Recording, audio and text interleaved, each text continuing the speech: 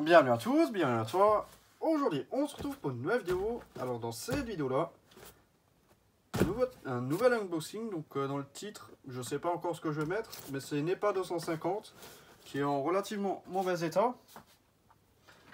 Mais elle a une petite spécificité, on va dire. Donc, dans cette vidéo, donc déjà, le gars, il a sorti l'appareillage, il les a dépouillés parce qu'apparemment, c'était tout rouillé, tout pourri. Bon, voilà.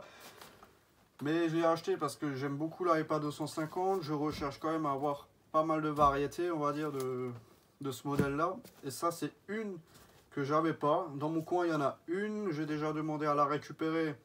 Ça n'a pas donné suite. Même monétairement, le gars, enfin, il était pas chaud, quoi. Même si je lui payais le luminaire, il était pas chaud. Que je m'occupe de la dépose et tout. Bon, voilà, bref, il m'a jamais rappelé, on va dire.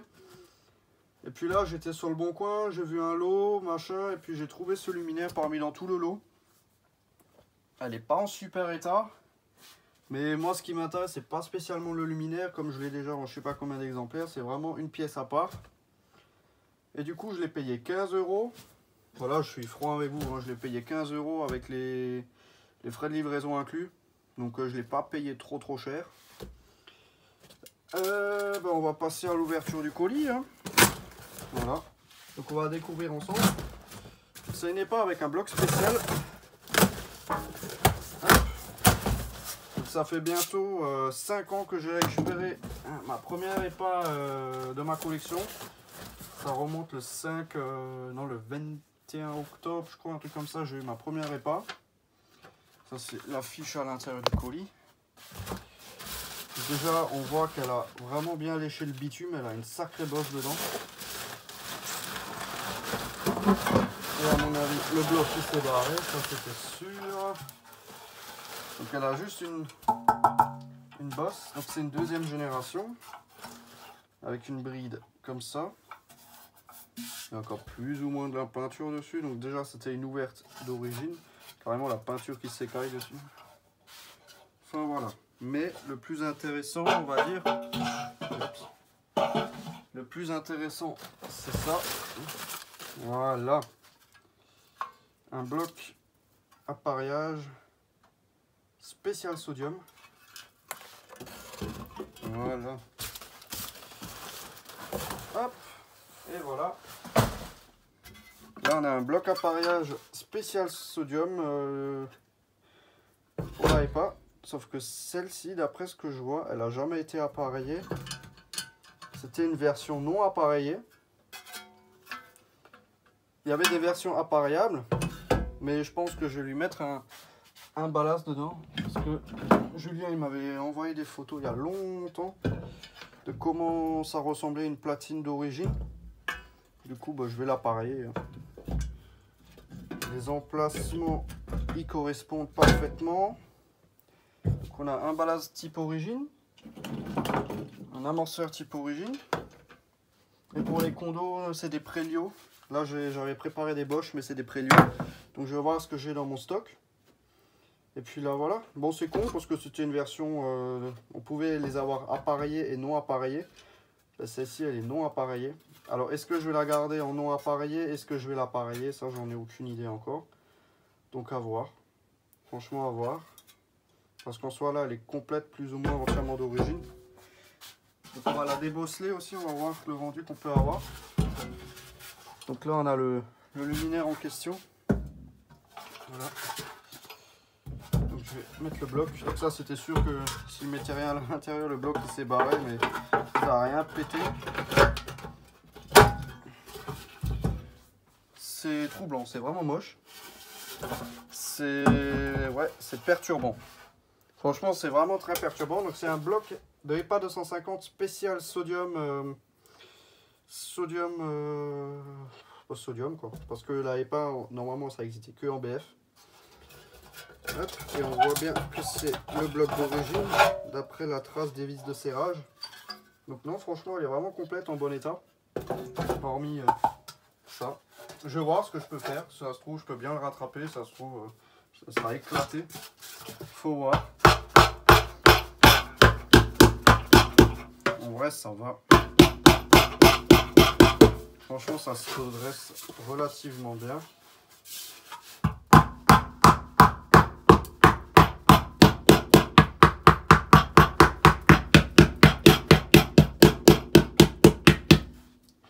ça va. Je m'attendais à pire. Ça se redresse quand même relativement bien. Bon, j'avais déjà une épave dans ce style-là qui était complètement défoncée. Bah, elle est aussi plus ou moins bien revenue. Bah, celle-là, ma foi, elle est pas trop mal. Donc maintenant, la question que je me pose, du coup, comme elle n'était pas appareillée d'origine, est-ce que je lui claque un ballast dedans ou non? Ça, c'est la question. Ou alors, je prends une platine pied de mât que j'ai et puis je sais pas encore. Parce que j'ai des platines pied de mât en Mazda, mais je crois pas en sodium. C'est que du BF. Donc franchement, je vais voir. Parce que là, comme c'est d'origine, ça m'embêterait de le modifier, on va dire. J'ai le bornier d'origine, en soi, c'est juste 2 fils. Hein, avec une mise à la terre à la con et puis c'est tout. Donc je vais voir. Je vais réfléchir et puis voilà. Mais non, franchement, elle revient bien. Il y avait une sacrée bosse dedans. Maintenant, ça va déjà un peu mieux. Ça va déjà un peu mieux. Il y en a encore une de côté là. Mais celle-ci, c'est pas dérangeant. Ça se refait relativement bien aussi. Donc du coup là, je vais voir. Je vais re-regarder les photos de comment c'était foutu. Et je vais voir s'il n'y a pas trop à modifier. Ben, en soi, il n'y a rien à modifier sur le bloc. Il y a juste un ballast à foutre dedans. Le bornier, je peux le conserver pour l'alimentation. Donc j'ai juste quelques fils à rajouter, quelques vis à rajouter. Donc je pense que, honnêtement, je pense que je vais quand même l'appareiller. Si déjà, avoir un grand truc vide comme ça, si c'était possible de l'appareiller, pourquoi pas en profiter. Donc ouais, je vais l'appareiller.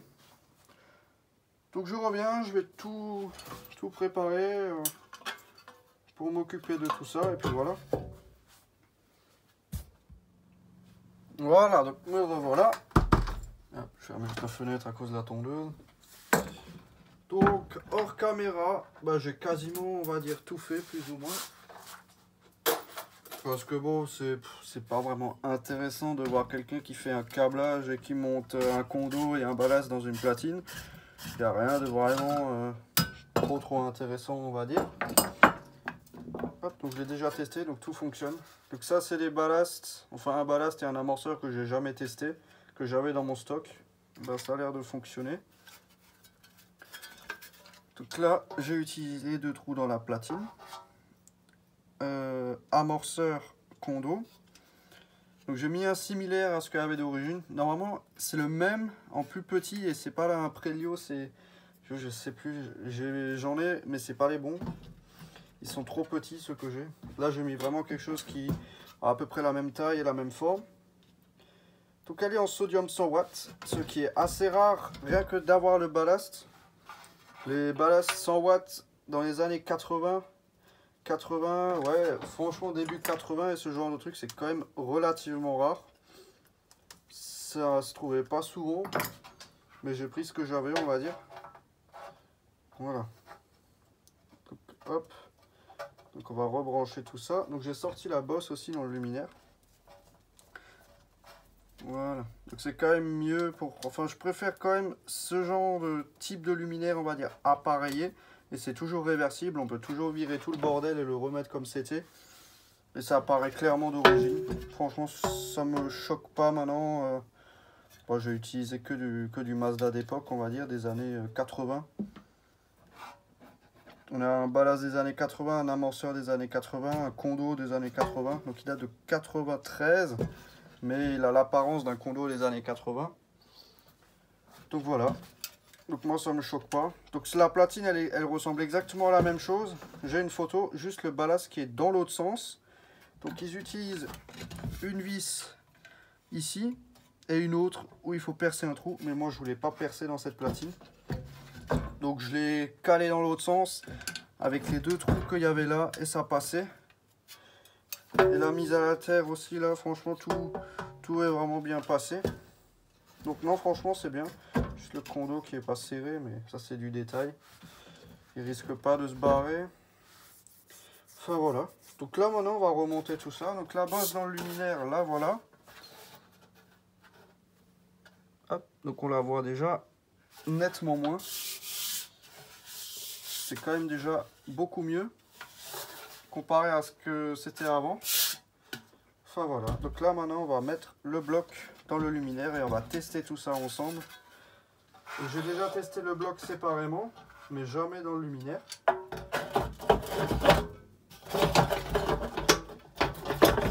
On va tester ça ensemble. Ah ouais, c'est un peu de galère. Je vais même pas essayer en mettant tout mon bordel dedans, voir si ça va rentrer. Ça se trouve, ça va même pas rentrer. Bah là, je serai chocolat bleu pâle si ça rentre pas. Le problème, c'est que ce borné là, il me fait chier. Je sais pas où le placer. Si je le mets au-dessus, il saoule. Si je le mets là, je vais encore arracher des fils là, en faisant ma brute là. Voilà. C'est un peu de galère comme bloc appareillage quand même. Bon, ça rentre. Parfait. Ça rentre assez bien. Voilà. Je sais pas, je vois pas. Je sais pas si le ballast il tape dans la coque ou pas. J'en sais rien. Mais ça a l'air bien dedans là. Voilà. Et après, on a les deux vis de verrouillage. Ici. Qui tournent relativement bien aussi. J'avais pas essayé. Donc c'est perturbant comme bloc. Franchement, c'est vraiment perturbant. On va dire dans une EPA, c'est ouais. On va coucher ça comme ça. On va caler quelque chose là en dessous pour que ça bouge plus.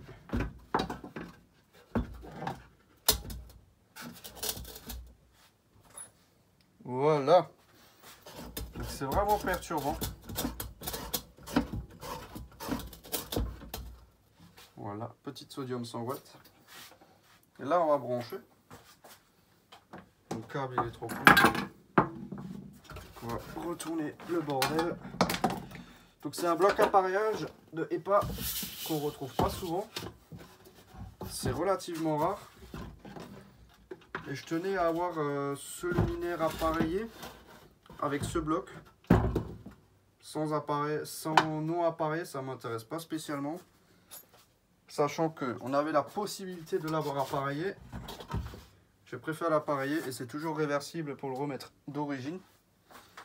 Donc là, on va tester le bordel. Et puis, ça fonctionne.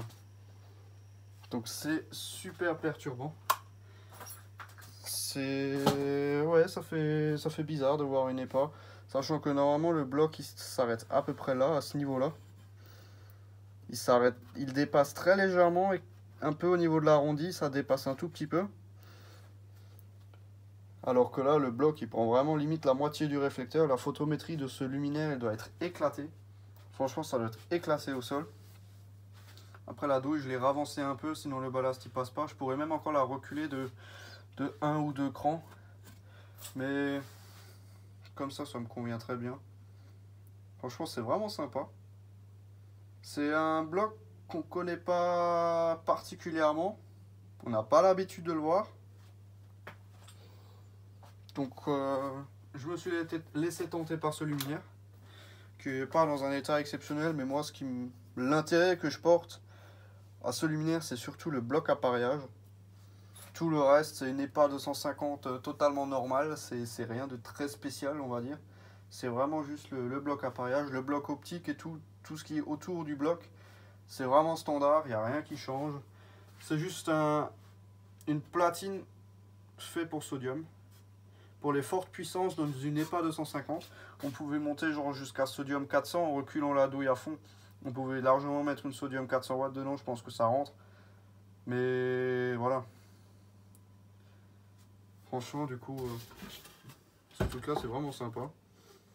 Donc là, j'ai mis en 100 watts. Donc ça existait bel et bien, parce que le ballast, il date des années 80-90. Plutôt au milieu des années 80. Et là, on a du 100 watts. Donc c'est totalement possible.